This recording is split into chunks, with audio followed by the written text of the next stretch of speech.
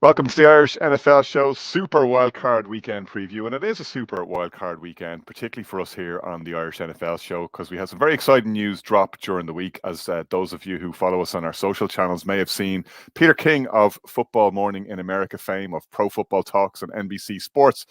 Many of you, of course, will see him on Sky Sports on a regular basis when he chats with Neil Reynolds and the team there each weekend. But he's joining us on the Irish NFL Show for a very special live event coming up on the 28th of March. We figured perfect timing.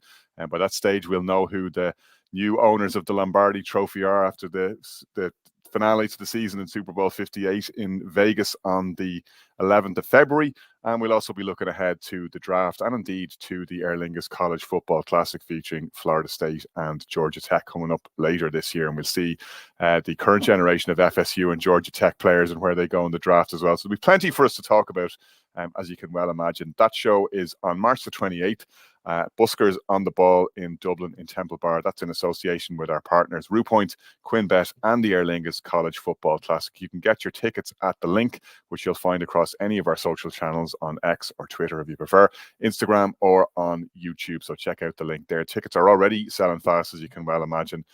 Not only because people will get to mingle with us and see our handsome visages in the flesh, but probably more to the point because Peter King, a genuine legend of NFL journalism and broadcasting. We're very excited to have Peter over.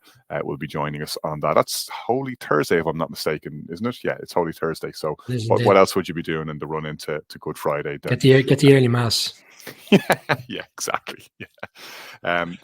Our first segment of game picks and previews is brought to you by RuPoint. It's a clean slate entering the postseason, I believe, Colin and Brian. The graphic hasn't been put on screen for the last couple of weeks, but I finished the season on top. We just brush that under the carpet now, I'm told, and we start all over again. Brian has been flexing about the fact that he went 13-0 in the postseason last year, got every single pick right, so no pressure there, Brian. Like your Giants, living off past glories. We won't even talk about the past glories of my Bears or Columns Broncos. We're high on nostalgia on this particular show.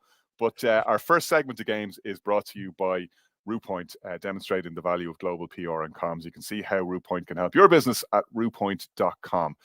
Before we get into those picks, though, let's recap some of the coaching changes since we left it on Monday, because a lot has happened, Colin. Even as you were in the air on your way home from the States, on your way home from Minnesota, there was coaching news breaking. Today, we've seen that followed up yet further, after the departures of Pete Carroll from the Seahawks and Mike Vrabel's firing at the Titans, and we'll get to that in a second, and Wink Martindale's drama with Brian Daboll in New York. And Bill Belichick, of course, has parted company by mutual agreement, or so it has been presented, with the Patriots. Colin, we'll start with you on this one, because you, more than anyone, have suffered at the hands of the Patriots over the year on this show.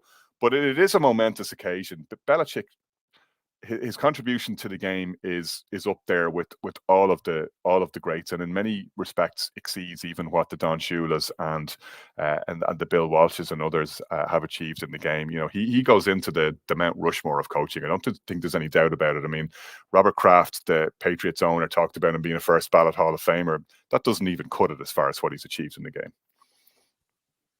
No, he is. He was. Remember that his play sheet was in the Hall of Fame ever before Bill himself became a head coach, and Brian had a guest on the podcast just a few weeks ago who said this wasn't going to happen. No way, Billy Boy was going to be back in New England when. Look, this became very obvious over the last few weeks, so that a parting of the ways was coming. Sometimes it's necessary. I think the Patriots this season has shown that they still have a very capable defense, that he is, on that side of the ball, but they needed fresh ideas. It hadn't worked, and it was really the law of diminishing returns. The fact that Bailey Zappi came in yet again this year, and probably it became, really, was there much difference between him and Mac Jones? No, it was still the same. But Belichick will, even if where he goes next, it doesn't work out, and who knows? It'll be fascinating to see. I think D'Orlando, who's a good friend of this show, is saying that he expects Atlanta to push very hard for him. We know that Washington are possibly likely to want him there as well, and who knows what is it Atlanta that has no personal income, no state personal income taxes? It's one of the more favorable regimes, I think. Well, he wouldn't for a friend. he's not going to have to go that far, certainly. If he can remain on the East Coast. I wonder whether Bill would want to go to Vegas or to California. I'd have my doubts, but like there are kind of so many moments that you'll look back on, and it will be in probably in a few years' time. I wonder, will and he seems like a smart enough man that I would hope that he has learned from his mistakes in the post Brady era.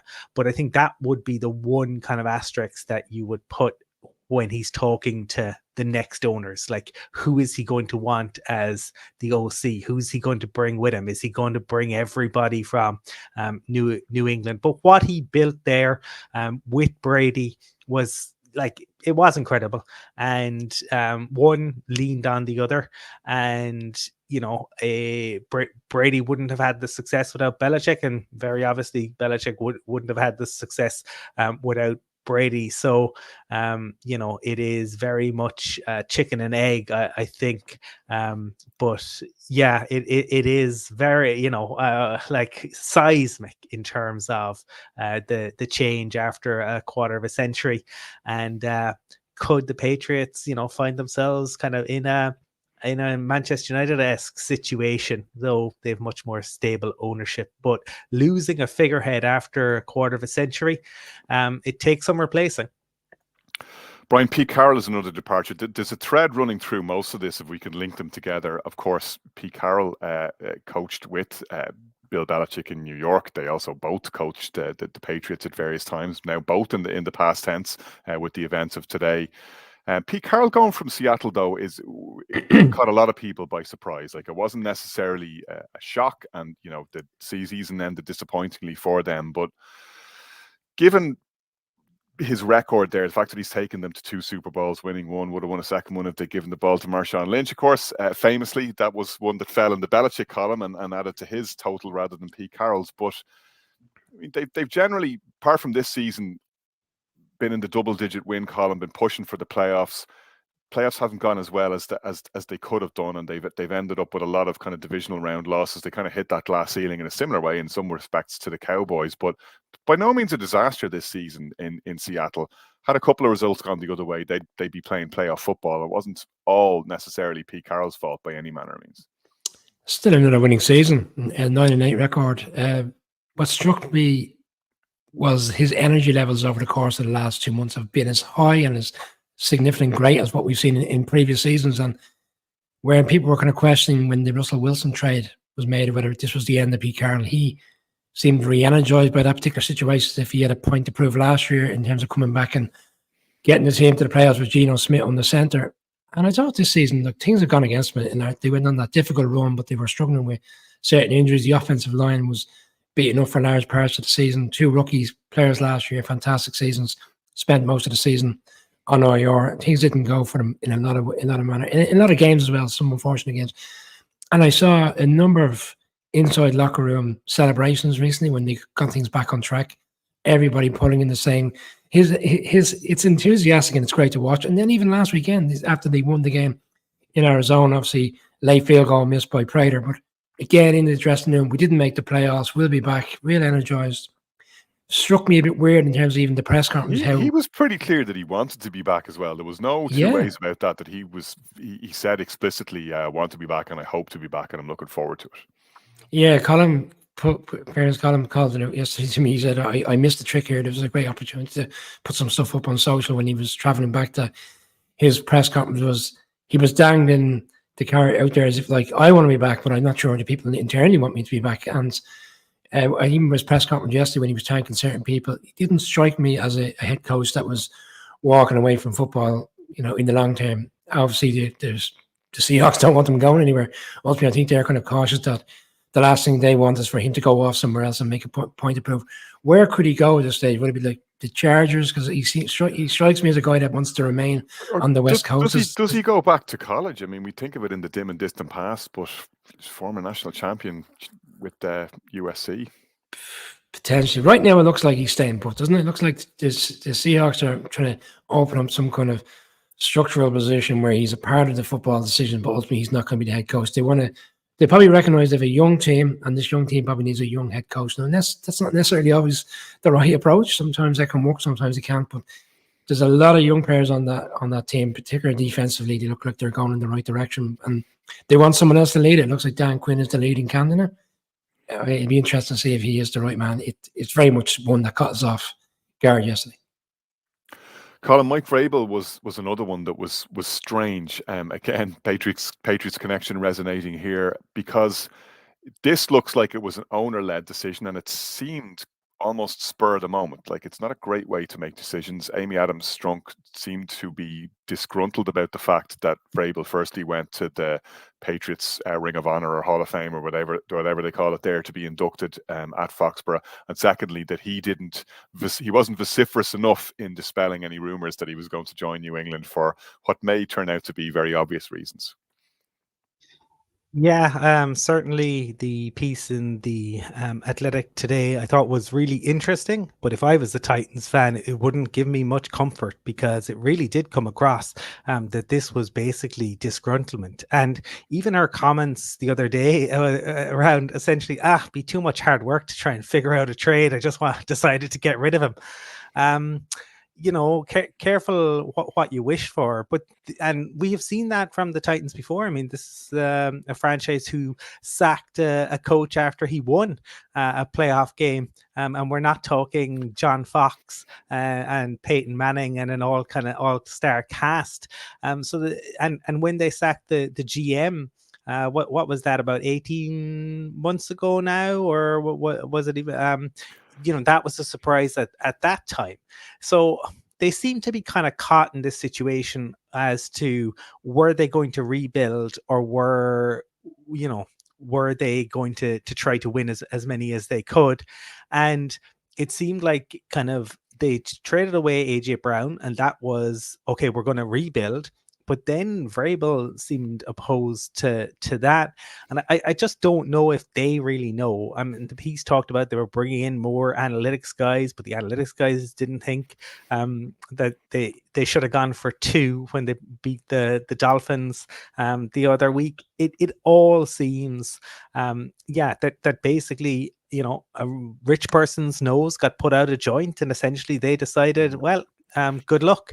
But I don't know. They may well live to regret this, Colin, because, I mean, if anyone looks likely to succeed somewhere else, like, Vrabel has a lot of the characteristics that you'd want. I mean, I was listening to Dave Wanstead, the former Bears coach, talking on a podcast the other day, and he said good coaches lose games, but great coaches never lose the locker room. Like, Vrabel's one of those guys whose guys went out and played for him every week in every condition. Like, there were games this season, the Dolphins one is one that sticks out in my mind, where they went in there and beat that team up. Yeah, they're so intimidating. You can see that the players do respond to him now, and it's an interesting one, right? Because he's not like a total arms around the shoulder guy. We've seen him have arguments with the players, but they respect him. They play tough for him, and yeah, he's definitely going to get a job elsewhere. Maybe he will have learn some lessons from the way in which things went there. But yeah, it's a difficult one there, because obviously, look, they're in a situation where they're moving on from Derrick Henry, they're moving on from Ryan Tannehill. Do they really believe that they have the long-term answer in Will Levis? There's not a huge amount to build around, but there are only 32 head coaching jobs. There'll always be somebody to take it. Brian, as Mr. Cronin would probably tell you, when a head coach says that the sky is blue, you stick your head out the window and double check just to make sure he ain't lying. We think back to what Brian Daboll said about his alleged contretemps with Wink Martindale, and it was all sunshine and kisses at the time, and the only thing we ever argue over is the last slice of pizza. Well, they argued over a hell of a lot more at the end of this season. Is this not the biggest soap opera we've had all week, which is floating under the radar? It's been fantastic. Whether you're a Giants fan or not, it's been quite enjoyable to see how things have played out. I'm going to give David a bit more credit now to how the season transpired, because there was all this chaos going on in the background, and he held it together, and they finished with a 4-3 record, and they get off the slide and beat an Eagles team. This all materialized when Jay Glazer came out with the article, and it turns out now it was the Wilkins brothers, Drew Wilkins and Kevin Wilkins, who are two of Wink's closest people who he brought in from Baltimore, who were the ones dropping the story. And then obviously over the course of the 8 weeks, David had pulled the whole defensive staff together and said, if anybody has a problem with me, speak up now. And nobody did. And then he went to Wink directly and said, have you got an issue with me? And he denied it again. And then you've got Wink going on an 8-minute rant about McKinney. And then on the very last game of the season, he has a 24-hour piece on his playbook, which says he means I'm out of here in 24 hours.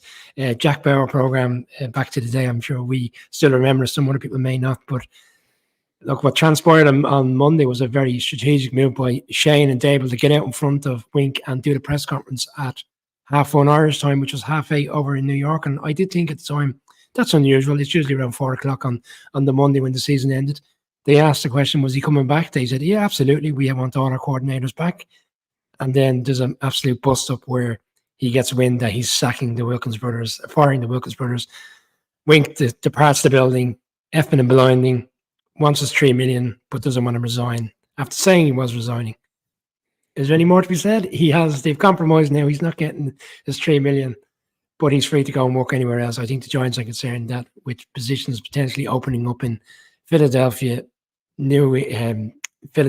Dallas, and even in Washington, they may see Wink back on the sideline in MetLife quicker than they thought, because he probably in all likelihood will end up going to one of the divisional rivals. Oh, that would be spicy. Yeah, we'd very much look forward to that. Off-season changes for the Bears as well. Maybe not the one that at one point in the season would have been expected when it seemed Matt Eberflus was destined for the exit door. But Luke Getsy, the offensive coordinator, getting his marching orders there alongside a bunch of positional coaches. And I'll bow to your greater wisdom, lads, if you could figure out what the Bears are trying to do here. My reading of the tea leaves is there's two possible scenarios. Either Matt Eberflus has the full confidence of the management and the locker room, and they're happy to hang on to him and find the right offensive coordinator and draft a quarterback, and that offensive coordinator, who hopefully will be an offensive mastermind if you're a Bears fan, will be excited by the opportunity to be involved in the drafting of the quarterback with the number 1 overall pick, whoever they choose, and with the view to whatever happens, maybe having one eye on taking over the head coaching job should Matt Eberflus get his marching orders if things don't go on the up and up from there. On the other hand, and this is something that I actually fear at this point, if they are bringing in a third offensive coordinator for Justin Fields and not trading for or not drafting a quarterback, this is the Bears replicating the same sort of poor decision making that has seen them end up in the fairly lowly position where they are at the moment and have been over the past couple of years, where they break the cycle of GM, head coach, quarterback. You're not going to get a good offensive coordinator in, because who the hell is going to come in and risk being stuck in a lame duck administration where everybody gets cleared out next year if things don't go right? Let me say that the glass is at half full at this point, but I think the risk is to the downside, I have to say, Colin. Connor, can I ask you a question? Given the coaching staff, I suppose the fact that Bill Belichick is on the market, the fact that Vrabel is out there, the fact that Pete Carroll could potentially be available, and not to mention then Jim Harbaugh, and then the others like your Ben Johnsons, who we're only a few weeks on from him kind of being the belle of the ball. Are you happy that with that caliber of candidate out there, that the Bears are sticking with Eberflus? Like, would you be happy if they had said, okay, we're sticking with Eberflus and we're giving him a 2-year extension? Like, again, the Bears always, or rather, let me flip that around. The Bears never act as though they're trying to actually win a Super Bowl is the frustrating thing. Like, to your point, when opportunities of the sort that are around at the moment arise, where you have the number one overall pick in a great position, where you're not the bottom club in the league as they were last year, where you've actually had a reasonably good, at least second half to the season. You know, bizarrely bad and all as the Bears were at certain points, they probably should have made the playoffs, which is kind of hard to get your head around. A couple of self-owns there put them out of the picture, and they wouldn't have even needed to win in Green Bay to get there if they'd taken care of business against the Lions, taken care of business against the Broncos when they were 28-7 up, and potentially even done Cleveland in Cleveland, albeit with the run that Joe Flacco was on. The Bears were 10 points up in the fourth quarter there and blew that one. So if you're in the position that they're in and you're Ryan Poles and you're thinking about this ruthlessly, to your point, Colin, you're like, if we clean house here, right? Matty Eberflus wasn't really his guy to begin with. Like, that was a McCaskey hire. That was a George McCaskey hire, you know, who's kind of enforced on Ryan Poles. The quarterback isn't Ryan Poles' quarterback. As general manager, the two most important decisions that you're going to make that are going to impact on football at the organization are going to be your choice of head coach and your choice of quarterback. Ryan Poles has a golden opportunity here with the number one overall pick to decide the medium-term direction of the franchise and decide who the coach is going to be to oversee that whole thing. If they roll with Eberflus next year, and if they roll with Fields as well, and if the Bears don't make the playoffs next year, they all lose their jobs. So even from a self-preservation point of view, I don't understand what Poles is thinking is, unless he has looked Eberflus dead in the eye. And, you know, let's talk about Belichick for a second, because if all of this works out, you know, Robert Kraft once upon a time was told, under no circumstances should you hire Bill Belichick. He's not a leader, by a person who'd hired Bill Belichick as a head coach. And they decided not to go that way. They decided, no, this is the guy we want. And they stuck with their guns, and that all worked out the way it worked out. And I think everybody in New England is very happy that Robert Kraft went against the received wisdom. So your genius of all of this works out, and everybody's going to be saying, yeah, Ryan Poles obviously saw something in him that no one else did. There are things that I've seen in Eberflus that I like. He clearly has the respect of the locker room. Otherwise, they wouldn't be doing this. What he did with the defense this year, how he coped with the adversity.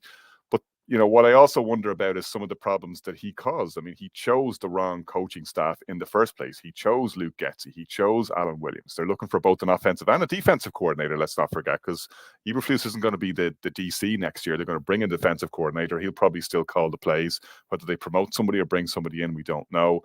But organizationally, it's a message that you're sending out. And, you know, to your point, Colin, the chance that you have now of getting the best coaching talent in the building, you've potentially undermined that. And, you know, I still can't fully get my head around it. I think hopefully this isn't the Bears just being the Bears. Hopefully Poles is thinking about things in a different way, and he is playing chess when other people are playing checkers. He's made some really good moves as GM. He fleeced the Panthers last year to put himself in a great position this year.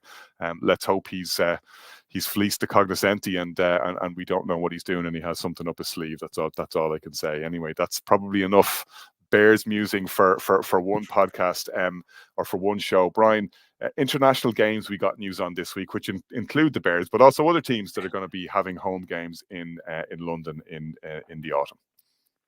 Yeah, well, personally, I'm delighted the Bears have been selected, because it's always even better when the international games roll around if we have a team playing in London or Germany that are, I suppose, close ties to the show in terms of having a supporting level. So it's great that the Bears are coming. I thought it was interesting that 2 NFC North teams will be there back to back. And I did kind of throw it there today on our reaction podcast with Shane Brennan, whether there's a scenario where one of the teams stays and plays against, we get a divisional game one week in terms of the Vikings are the home team against the Bears, and the following week playing home. Because we went back to back with Jags home games this year, and that seemed to work out quite well.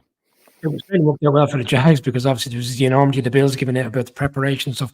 But I'm surprised that the NFL wouldn't try to do it 2 years in a row, because we look at how the NFL have structured this program international. They keep moving on to the next level of what they want to do.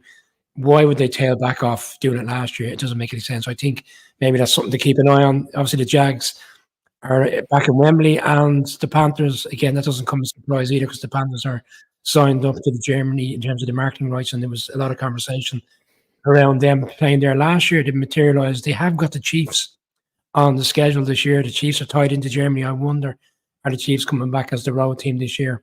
But they've got some enticing games in terms of who it could be. Could be the Bengals, could be the Chargers, could even be the Giants as the road team in Germany, which would be great for myself. But look, it was hyped up today. It was quite unfortunate for the NFL people in the UK because it was hyped up for a midday release, only for the Bill Belichick news to break a minute later, and it kind of dethrones the scrutiny around the games today. But look, still, I think we're in for some good games. It'll be interesting to see who the opponents are come April, May when we get more information.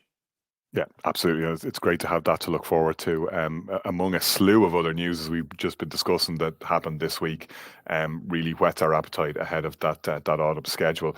That is the end of our first segment, brought to you by RuPoints, demonstrating the value of global PR and comms. You can find out how RuPoint can help your business at rupoint.com. Right on, we move into the playoff games on Super Wildcard Weekend, and we start with, like, there's so many great storylines, columns. We were discussing this on Monday. You know, the NFL script writers, if you believe the defamatory charge that the NFL writes all this stuff, couldn't have come up with a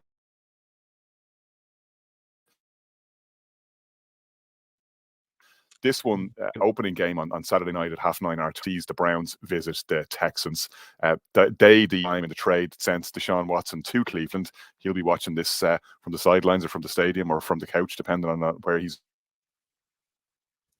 Oh, I think we lost Connor, but obviously it's interesting on the betting line here, and the line from our partners at QuinnBet is Browns favored by 2 points. So Texans 2-point underdogs at home, playing a team that's down to its fourth string quarterback, although the best person who's worn that jersey this season by a country mile for Cleveland.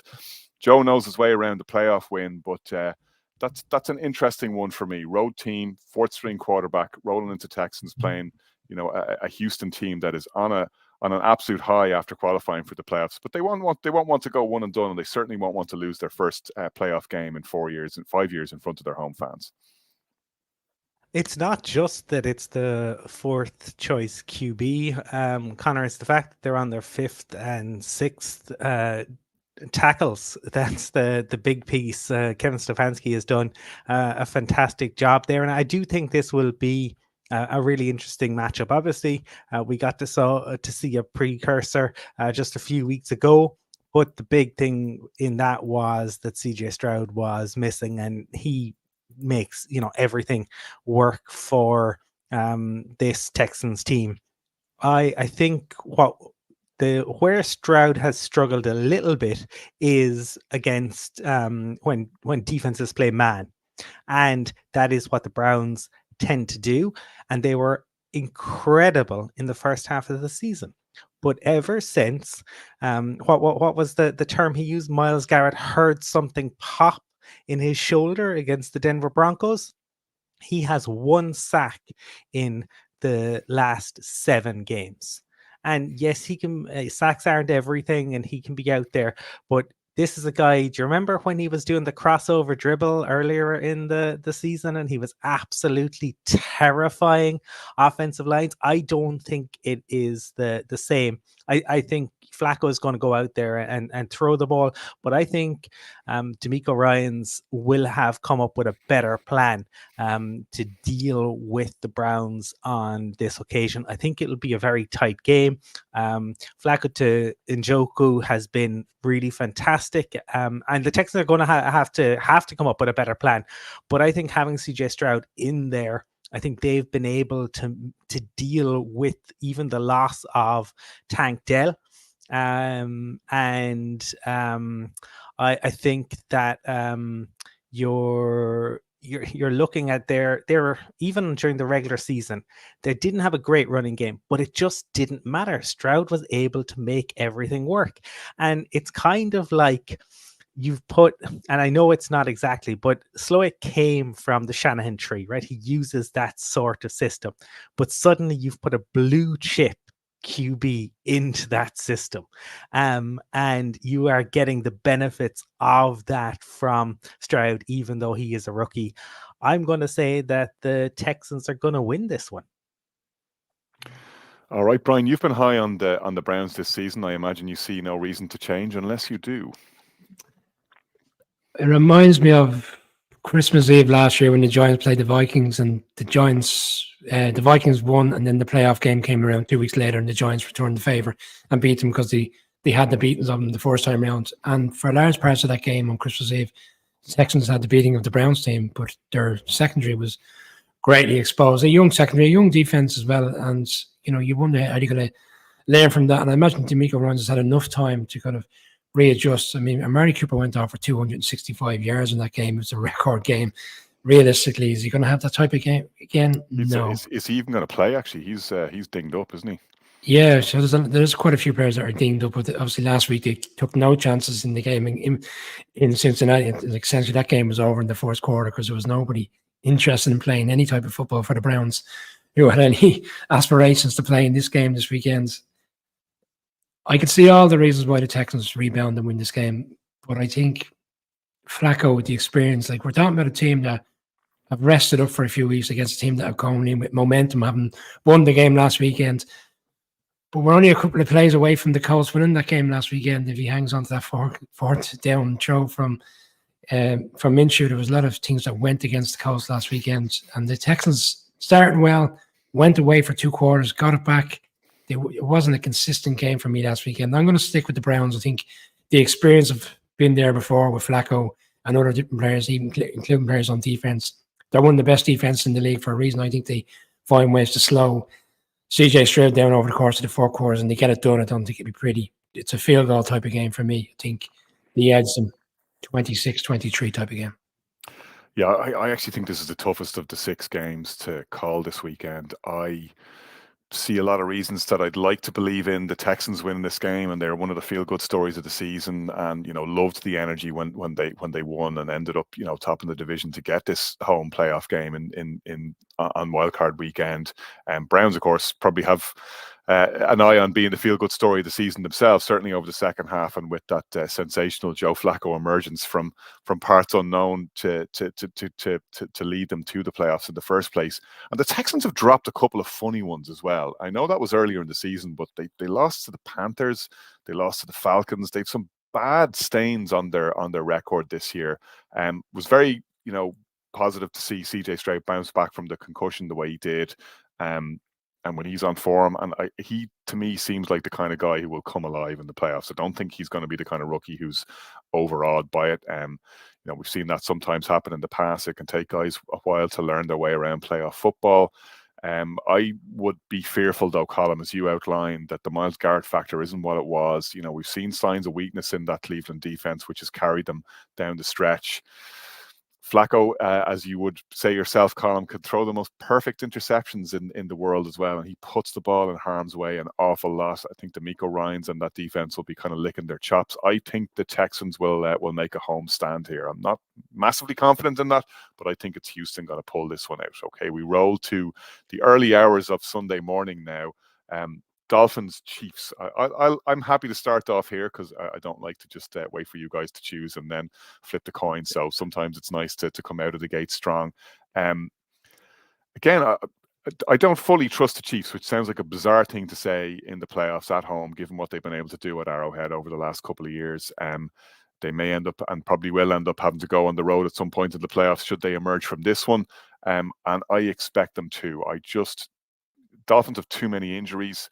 There's been too many times this season where it's been put up to the Dolphins. We talked earlier in the show about how the Titans did them over down the stretch just a couple of weeks back and just out-physicaled them. I think the Chiefs are going to come into this one angry and chippy. And yeah, they've been angry and chippy at points in the season, but I think when it's a survive and advance game, nobody's done it better over the past couple of years than the Chiefs, and that matters.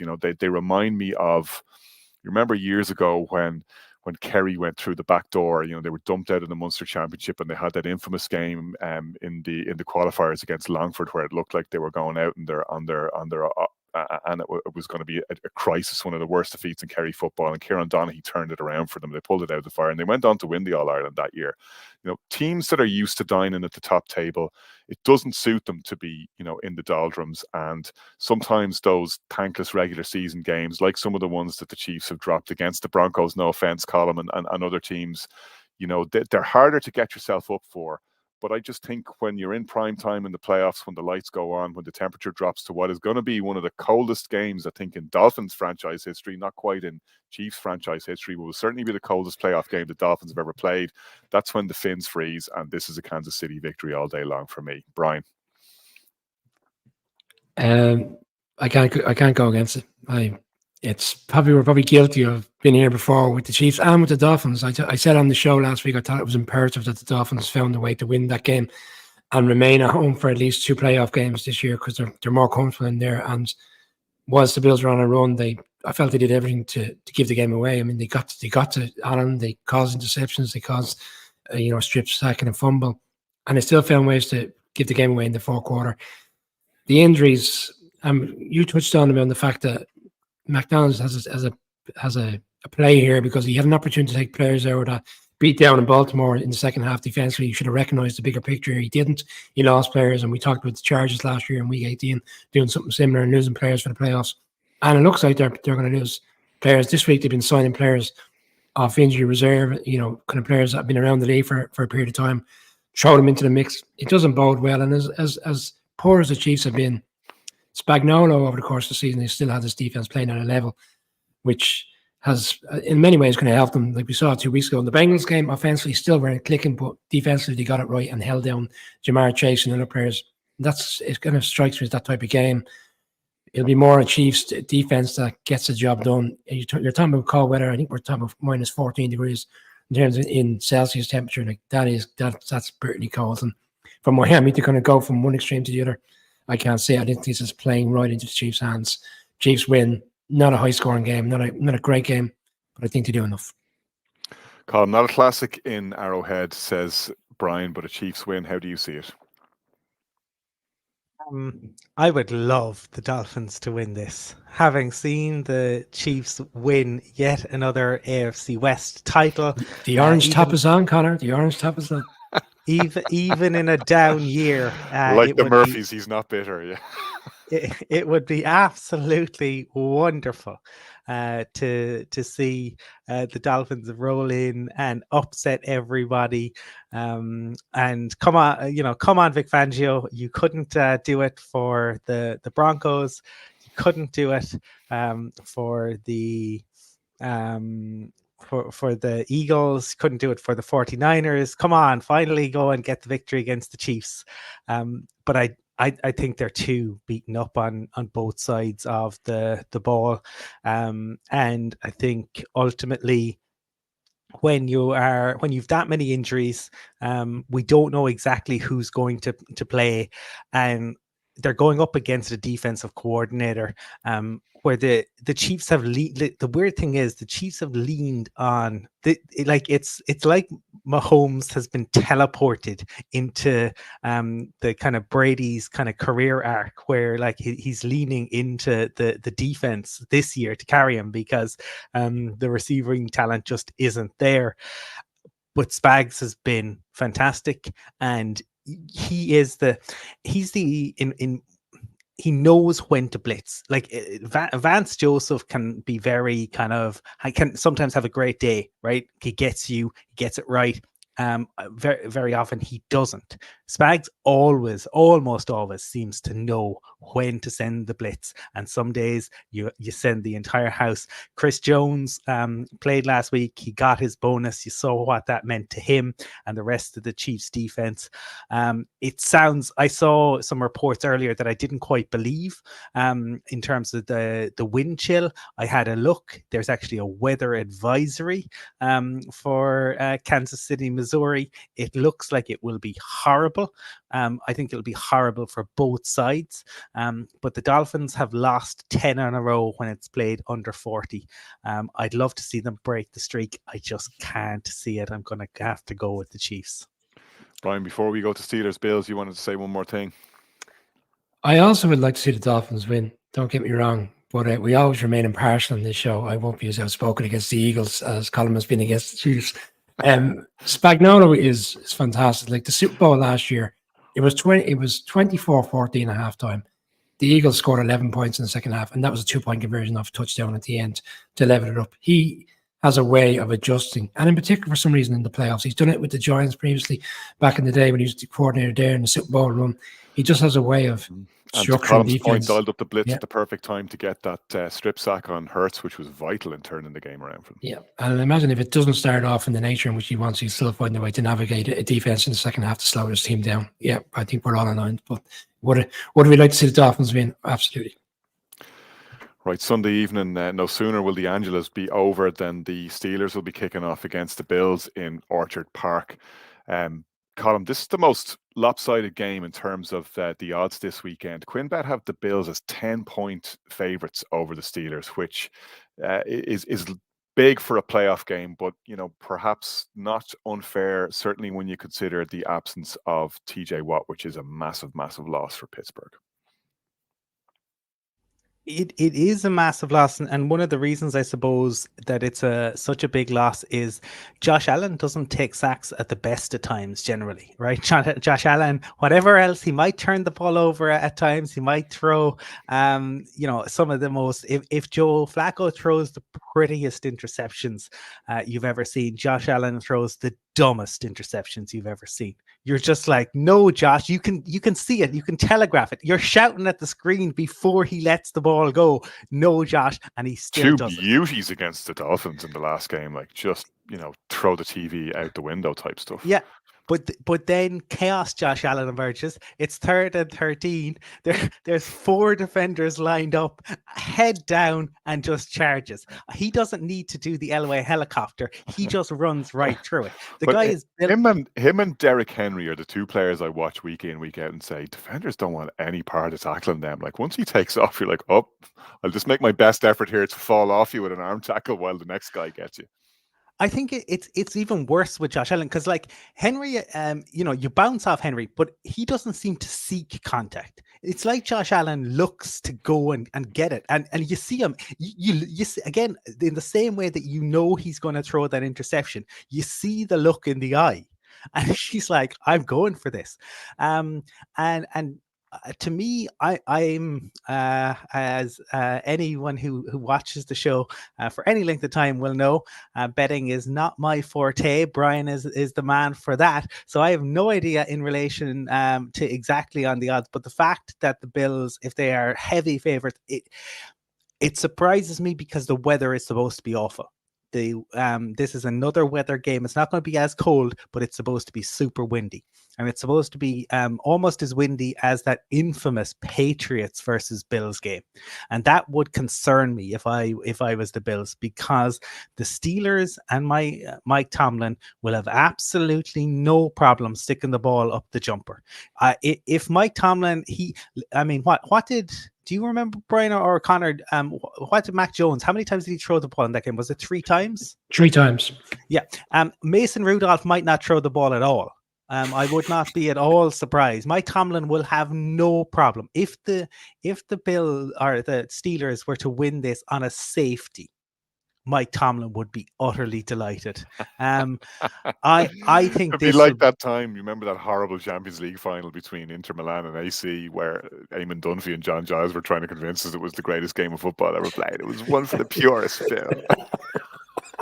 And then rightly, the Real Madrid president rightly came out and infamously called it shit on a stick. And that I think this could be the lowest scoring game of the weekend, even worse than the Chiefs Dolphins in terms of scoring, just because of the weather and the way in which the Steelers will go about business. I do think TJ Watt is a loss. I would like to see the Bills do it for Josh Allen and for the long-suffering fans. I mean, it would be great to see a new team lift the Lombardi. I think they will, but I am not convinced. The fact that they're favorites means nothing, and the Steelers won't care. But chaos Josh Allen will do enough to carry the Bills. Brian, as we said, Bills favoured by 10 points with QuinnBet, or if you prefer the more traditional odds representation on this side of the Atlantic, that would be 6-1 on for the Bills, 4-1 the Steelers. You're right. It's the most lopsided game of the weekend. You're talking about Giles and Dunphy there. Well, Giles is the famous saying, you take each game on its merits. And whilst I haven't been overly impressed with the Bills over the course of the last few weeks, because they snuck the game in SoFi. They were struggling for large parts last weekend. They're still winning. They don't have to win convincingly. We sometimes get distracted by what the expectation is from the bookmakers as opposed to the reality. Colin was saying they'd be happy to win by a safety. I think the Bills would be happy just to get out there with a field goal win, judging by the nature of the weather, which is ahead.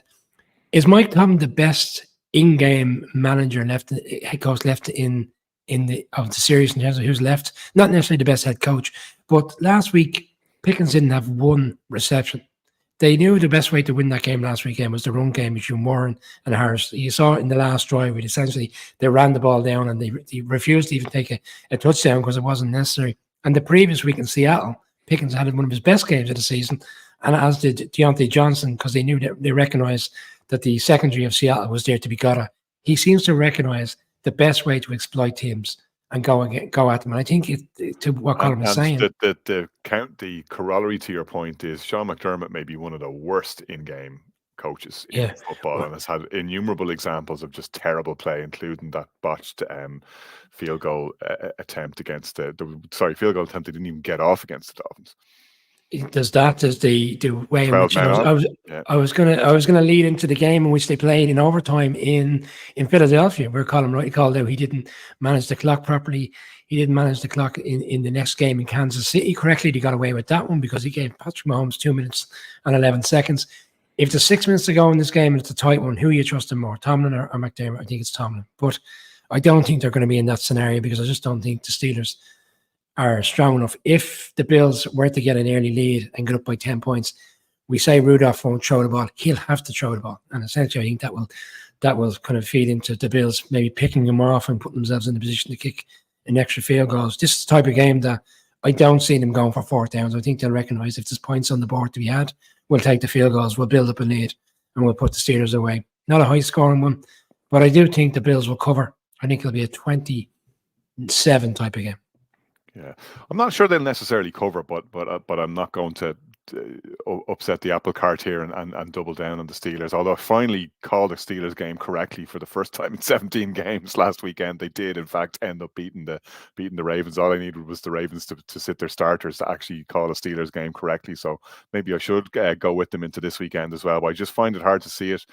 I take all of what we've said about Mike Tomlin and about how the Steelers have found a way, and their defense has really stood up. And one of the things that's been impressive, I think we talked about it maybe last week or the week before, Brian, the intensity that the Steelers bring. And, you see other teams in games, particularly at this stage of the season, they're tired, they're banged up, they're falling off tackles, a lot more missed tackles at this time of the year. Steelers just seem to always fight to stop the guy getting that extra yard.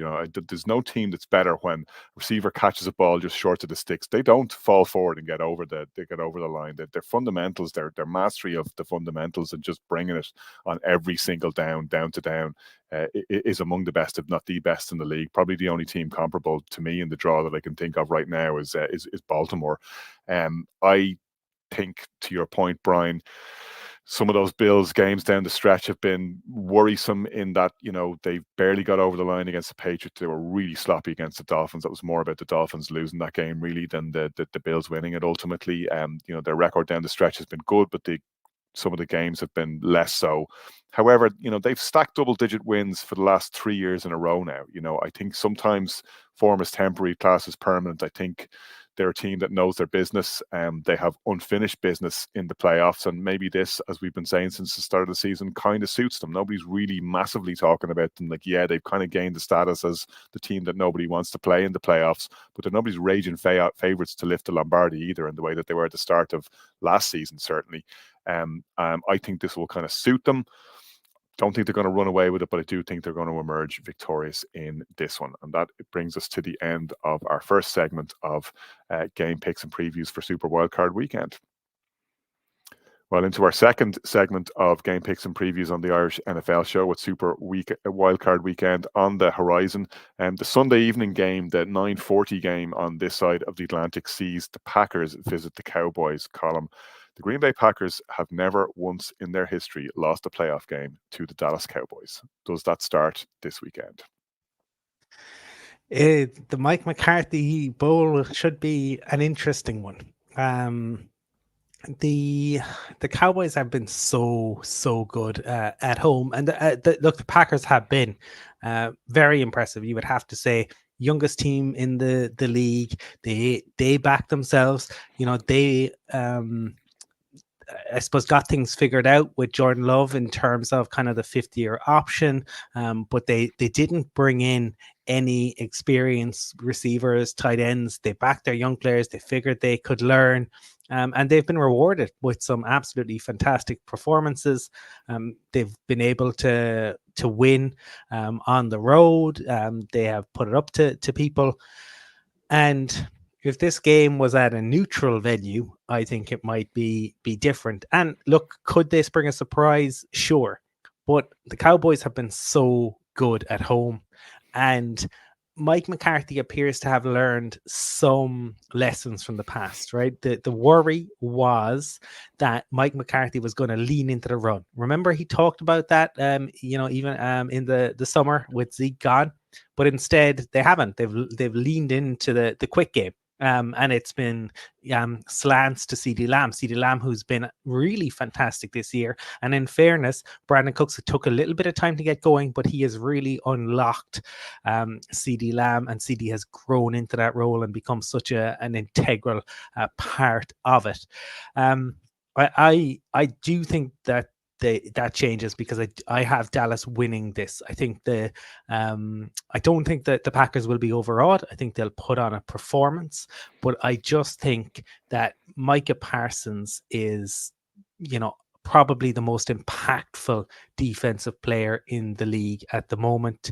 You have to game plan against him, and I don't think that Joe Barry is capable of doing that. I don't trust him. I don't trust the defense. Jair Alexander, who made the oopsie, as he kind of described it as the other week, picked up an injury, and he is now doubtful. And while the Packers are getting players back, their injury report is still considerably longer than the Cowboys. I'm going to say that the Cowboys shade this, and it helps the fact that they have the best kicker in the league this season. This to me is this is a good Packers team on both sides of the ball. There's a lot of things that have been good to watch this season, and how they've adjusted to the departure of Rodgers and eased Love into the action has been very impressive. That young receiver core, we've talked about them time and time again, led by Christian Watson, have really stepped up this year. And Love, particularly in that season finale against the Bears, looked as comfortable as he has all season in a big spot. The Packers went in and played that game hard. They played like a team that lived up to what was at stake, whereas the Bears went in talking about it as being their Super Bowl, and that they weren't allowed to perform. What would concern me going into Arlington, whereas you say, Colin, the Cowboys have been so strong this season, haven't lost a game this season, on a record winning streak from their perspective at home, is I don't know if the Packers are going to put up enough points to win. I think to what you've said, I think they'll hang with the Cowboys. I don't think they'll be overawed. That's not what they're about. I think LaFleur is a coach I really admire. He's really proven his mettle this year. There's been none of that. Well, you only were able to do what you're able to do offensively because you had Aaron Rodgers. Well, that's simply not true. And he's put that to bed, very firmly. I think defensively they've been better over the past couple of weeks, and Joe Barry has taken a lot of stick, and rightly so. But again, against Chicago over the weekend, and give the Bears their due, they have been one of the better defensive units over the second half of the season. They only put up 17 points. They moved the ball really well. Love threw for a lot of yards. Aaron Jones looked amazing in the running game, and he looks fresh as a daisy and ready to rock. And I think that's going to be a big part of them getting success at the weekend. But they still only managed 17 points. That's not going to be enough in Arlington. Nowhere near it against this high-powered Cowboys offense. Defensively, they're obviously no monkeys either. The Packers are 8-point underdogs on the road with QuinnBet. I think they may get a little bit closer than that, but I don't think they're going to overcome the odds or the Cowboys in Arlington. Brian, what do you think? Full house. I'm pretty much a Lions. I'm not. The things that could go against the Cowboys for me is probably the pressure in which they put on themselves and the pressure in which everybody has in terms of the expectations on them. They've obviously finally bypassed the Eagles and winning the division. We talked about during the season when Dak could take the step up and beat the Eagles. He's done that. Now Dak needs to make a step up and beat a Packers team, and I know it's a wildcard game, but he's also got to go and beat whoever he plays next week, because an expectation is for the Cowboys going into the season. I recall at the start of March when we had John Michaud on and Jane Slater, who covers the Cowboys for the NFL Network. And when they made the 2 trades with Gilmore and Cooks, they said it was because they felt this team was very close and they should have beaten the 49ers in the divisional round. The expectation is they should be going to the championship game. Well, there's a big opportunity for them to do this. And for the Packers, I think this ultimately, again, just because it's going to come down to, it's not necessarily the offense putting up 30-odd points and the Packers having the limits, but I think it's going to come down to the defensive line against the offensive line. The Packers' offensive line is one of the fewest sacks over the course of the season. They're second in the league in terms of allowing rushes on the quarterback, and then you're going against the number 1 team that's rushed the quarterback. And whilst the Cowboys are way down the pecking order in terms of sacks, they're actually 13th. They're number 1 in rushing the quarterback. That's, for me, is where it's going to come down to. Can the Packers' offensive line withstand this Cowboys' defensive front? I don't think they can over the course of 4 quarters. I think they'll get to love. They'll make it difficult for them, and it's a case of, can they keep up with them? I don't see. I think you're right in many ways. I think the Packers could live with them for maybe 3 quarters, but I think ultimately come 4th quarter, Cowboys pull away and get the victory that most people expect them to do. Colin, we're into the early hours of Monday morning, which selfishly, from our point of view, is not a great time slot for what many are talking about as the game of the weekend. And we said we've seen some, and we have some great storylines with Tyreek Hill going back to Kansas City for that Freeze Bowl in Arrowhead. We have the Deshaun Watson Bowl in absentia between the Browns and the Texans. But we also have Matthew Stafford and the Rams going into Detroit, where he made his name, and facing the team that traded him, and Jared Goff facing the team that he took to the Super Bowl but couldn't, like Matthew Stafford, get them over the line. Who has more to lose and more to win here, and who's going to come out on top? Well, I mean, the fact that the Lions are hosting a playoff game, having won the division, I mean, they probably have more on the line in some ways, right? Because ultimately, nothing was expected from this Rams team. They have massively overperformed, and I think Raheem Morris is absolutely deserving of a head coaching job. Time and again, he has done a really good job, and people might point to the fact that, last time, they won the Super Bowl, he had Aaron Donald and he had Von Miller, and he had Floyd and he had Jalen Ramsey.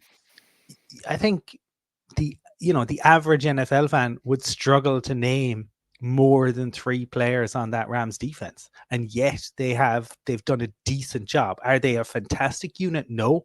You can absolutely get at them, but given the talent he's had to work with and the cap casualties, kind of what they've had to do, I have been very, very impressed. I think McVay has done an incredible job as well, but they're going up against I suppose the kind of the darlings of the league, and for a good reason. This is a really great story. Dan Campbell went in there and over the course of 3 years has absolutely revolutionized that franchise. It was called the Factory of Sadness for a reason. Time and again, they disappointed. And now they have the opportunity. I think this game could be a shootout. I think the Lions probably needed to be a shootout more. The concern is that Goff is still, if you can get at him, and this is where they need the line to be so good, because if you can get to Goff under pressure is still a real problem. And that is the biggest weakness I feel for the Lions. I think they've got a great run game. I do wonder about this Sam Laporta going to play. I'm old enough and scarred enough to remember when Henry Shefflin, now, okay, it was more serious. It was an ACL injury, but he tore his ACL against Cork in the semi-final, and then he trotted out onto the field 3 weeks later, only to trot back off 12 minutes into the game. Yeah, it was at that game. I remember it well, yeah. It was, and I see reports today that Laporta is going to play, which just seems crazy to me. I can understand it in some ways because he is so key. And if he was fit, I would have the Lions to win this. I want the Lions to win this, but I don't believe he's fit. I don't believe even if he takes to the field, he's fit. And the Lions have had real trouble with covering elite wide receivers. The Rams happen to have Cooper Kupp and Puka Nacua, who set the rookie record. I'm going to go Rams. Okay, interesting. Brian, the Lions, as Colin said, probably have a lot of neutral support on their side. You know, Dan Campbell has won hearts across the league among other fandoms. But he's made some bad decisions, particularly in that game. Sam Laporta shouldn't have been even on the field to get injured. They also got, Khalif Raymond picked up an injury. Their dangerous returner and member of their wide receiver core. All things being equal, the Lions did win their division, and they looked very good at times, particularly in the trenches, and that's really what's gotten them where they are today. But you made the point that whatever about people seeing Matthew Stafford as having something to prove and going in here and this being a big banana skin for the Lions, Jared Goff has a real, this is the Jared Goff game in many respects, much more so than it's the Matthew Stafford game. The franchise that wouldn't believe in him, that spurned him even though he took them to a Super Bowl, which Sean McVay was as much at fault for losing as Jared Goff was. That could have torpedoed his career, and he's enjoyed an incredible renaissance, aided and abetted by the Lions' fated OC, Ben Johnson. Is this where he really shines and puts that slays that demon?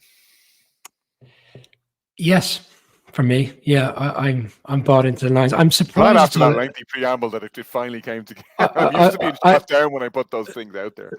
No, I have merits to my rationale and my reasons behind it, and people are saying the storyline. Look, this is probably it is the greatest storyline of the weekend. They have two quarterbacks that essentially were involved in the trade for both teams. But it's been all about Matthew Stafford this week. His wife is coming out now. She's putting out social media stuff about she's disappointed that Lions fans are potentially going to boo him. They're saying, please don't wear your Matthew Stafford jersey to the game. She's getting involved. She doesn't need to be saying anything. Her husband has won a Super Bowl. Leave it alone and stay out of it. Like, the Lions haven't had a playoff victory for 30 years. But they have had 3 playoff losses in 30 years, all of which were with Matthew Stafford as quarterback. Let's not forget that, of course, because everybody seems to be bypassing that conversation this week. I'd love to see Jared Goff win this game, because when Sean McVay won the Super Bowl, he was very, not outspoken, probably not the right word, but he was very strong in his opinion of that's why we did the deal, because Matthew Stafford was the quarterback that would get us over the line. And ultimately what he was saying was Jared Goff couldn't. He played in the Super Bowl. But let's not forget, Bill Belichick ran rings around Sean McVay in that game, but Jared Goff was the fall guy. He was the one that took the brunt of it, as opposed to Sean McVay being completely outcoached in that Super Bowl. I was looking at numbers. We're talking about the Lions at home. They put up an average of 27 points a game. The Rams have given up over 24 points a game on the road. They're one of the weakest teams in the league for takeaways. They've only had 16. They've one of the weakest defenses in the league for sacks. They've only had 41. Yeah, they've had some bright spots over the course of the season, but 2 weeks ago against the Giants in MetLife, Giants should have beaten them. There's been other games over the course of the season. Teams have got at this defense, and they've got away with it because of the nature of a really strong offense. But no, I think the Lions are going to win. I think the Lions. We had question marks about the Lions going into the start of the game a couple of weeks ago against the Broncos, and they put out a masterful offensive display. They have the most rushing touchdowns in the league, 27. They're top 5 for rushing. I think the rush will do enough. I think they've enough on enough talent, whether Laporta plays or not, to get at this Rams defense. High scoring game, but I think you're going to have to be putting up around 35 to beat this team, and I don't see it. I think the Lions win. I think the Lions have everything that they might need to win. I just think the Lions are a very flawed team as well. We've seen them dismantled by the Ravens. We saw them drop. I saw them quite closely in their 2 games against the Bears. They lost one of those games. They probably should have lost both of them. And credit to them for digging themselves out of a 12-point hole in the last 4 minutes. As much as Chicago lost that game, Detroit had to go out and win it in a very tight spot, and they did so. To your point, Colm, I get the jitters when I see Jared Goff put under pressure, and he can really cost you a game. Having said that, Matthew Stafford, for all his undoubted gifts, we talked about Joe Flacco throwing beautiful interceptions. Matthew Stafford can get you killed just as much as he can strap a team on his back and win a game. I'm caught on this one. Like, I really think it's a tough one to call because we've seen the Rams shine at times, and we've thrown plenty of plaudits in the direction of Sean McVay and how quickly they've managed, what hasn't as much been a rebuild as a quick pause and straight back at it. How they've slotted in all those young players. Puka's been sensational for them and just really transformed the trajectory of that team. Kyron Williams has had a great season. They plugged in some great young players defensively as well. And as you say, Colin Raheem Morris has worked wonders there and put them in a position where there's no real massive pressure on them for this playoff run. Like the pressure is all on the Lions. Having said that, I also think Detroit is ready to party here. I think that the Lions are ready to motor in Motor City. I think the Lions come a cropper in the playoffs. I don't think it's in this game. I think it's a home win at Ford Field, and the roof will come off the place. Now, Monday Night Football is sorry, kind of one point. It's a shame for many fans here. Obviously, it's going to be diehards that stay up for this one. It's a shame this is the later one because you could argue this is the tastiest one of the weekend. Yeah. Monday Night Football, we have Eagles at Bucks, the final game of Wildcard Weekend, Colin. The Eagles sliding alarmingly into the playoffs. God, it all seems to be going wrong over the back half of the season. The Bucks, on the other hand, really feeling themselves. Baker with his $1 million bonus, trousered, having led them to the playoffs unexpectedly, soft and all as the NFC South is. Is this finally the Eagles get right game that we've been calling out for the last 4 weeks and it hasn't quite happened? Or do the Bucks march on? I was fully prepared to come on here, and as anyone who watches the show will know, and Brian O'Leary knows well, I am the conductor of the Jalen Hurts hype train. I've been a fan of Sirianni and what he has done, and I was ready to come on and say, no, the train has derailed and too many injuries and things are all wrong. And then I saw the news that Baker Mayfield did not participate in practice today. And the other person who didn't participate in practice for the Buccaneers, Tristan Wirfs. I would say they are the two key players to the Buccaneers actually winning this game. And that really worries me. I think that the Eagles, like AJ Brown, didn't practice.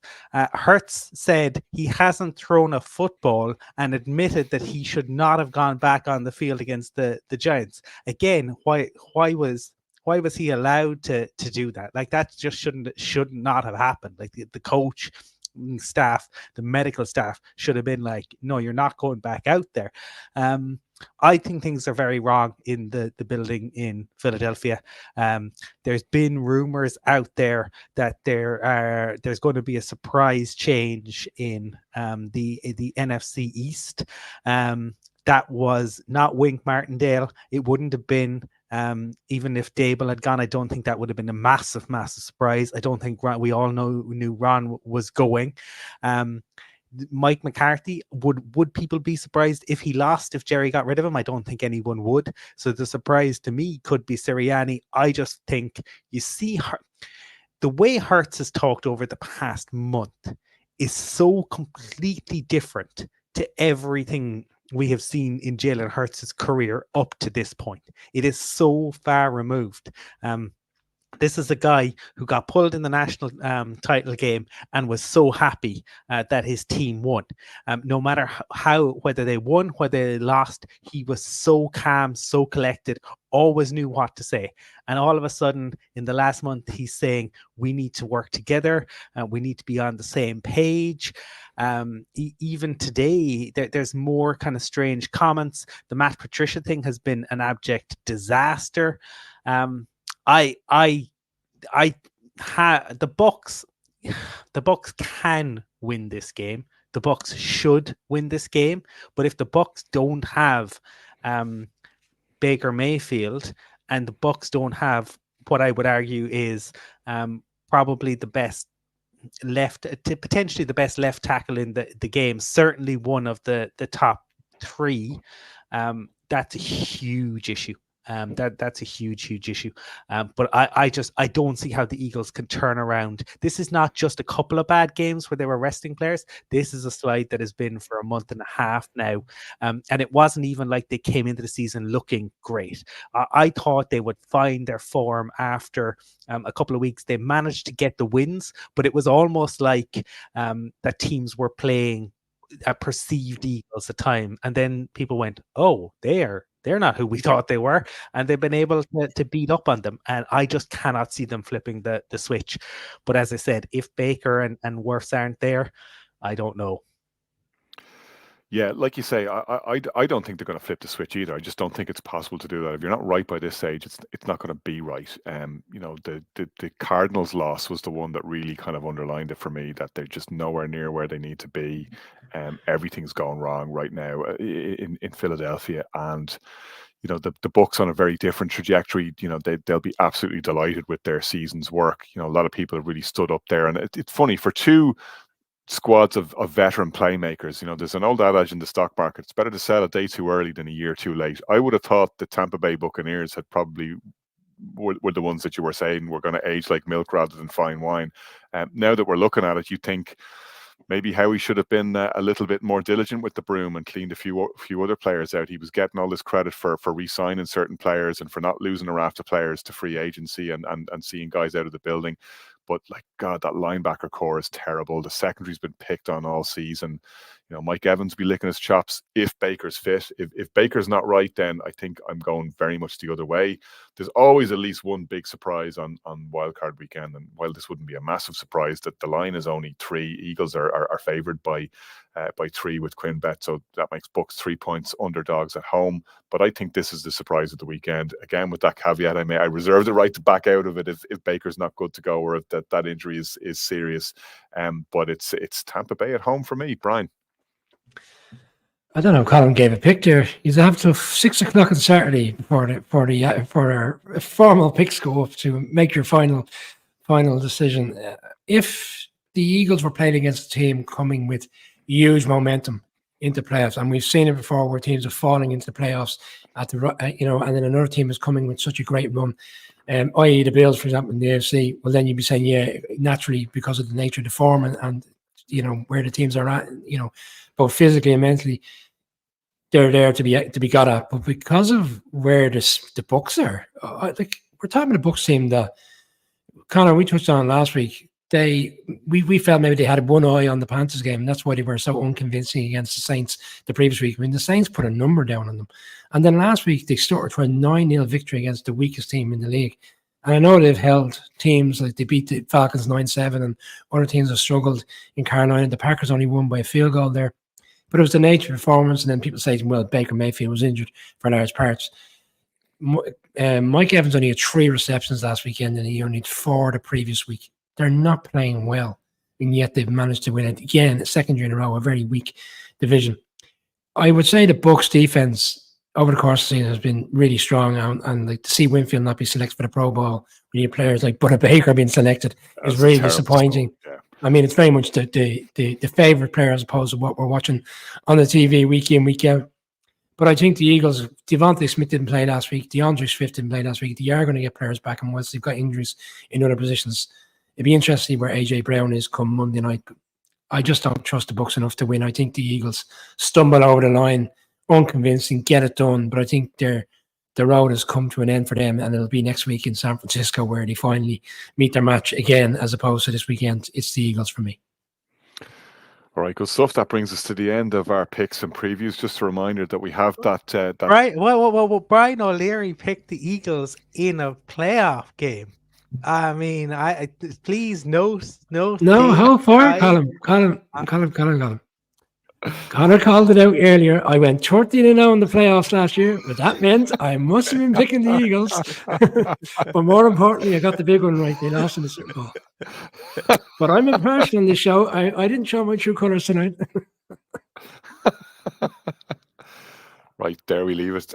Just a reminder that we have that fantastic live show coming up on the 28th of March with Peter King at Buskers on the Ball. Tickets available. You'll see the link through our social channels. Very much looking forward to seeing you there. Plenty more football to be played before then, starting with the Super Wildcard Weekend.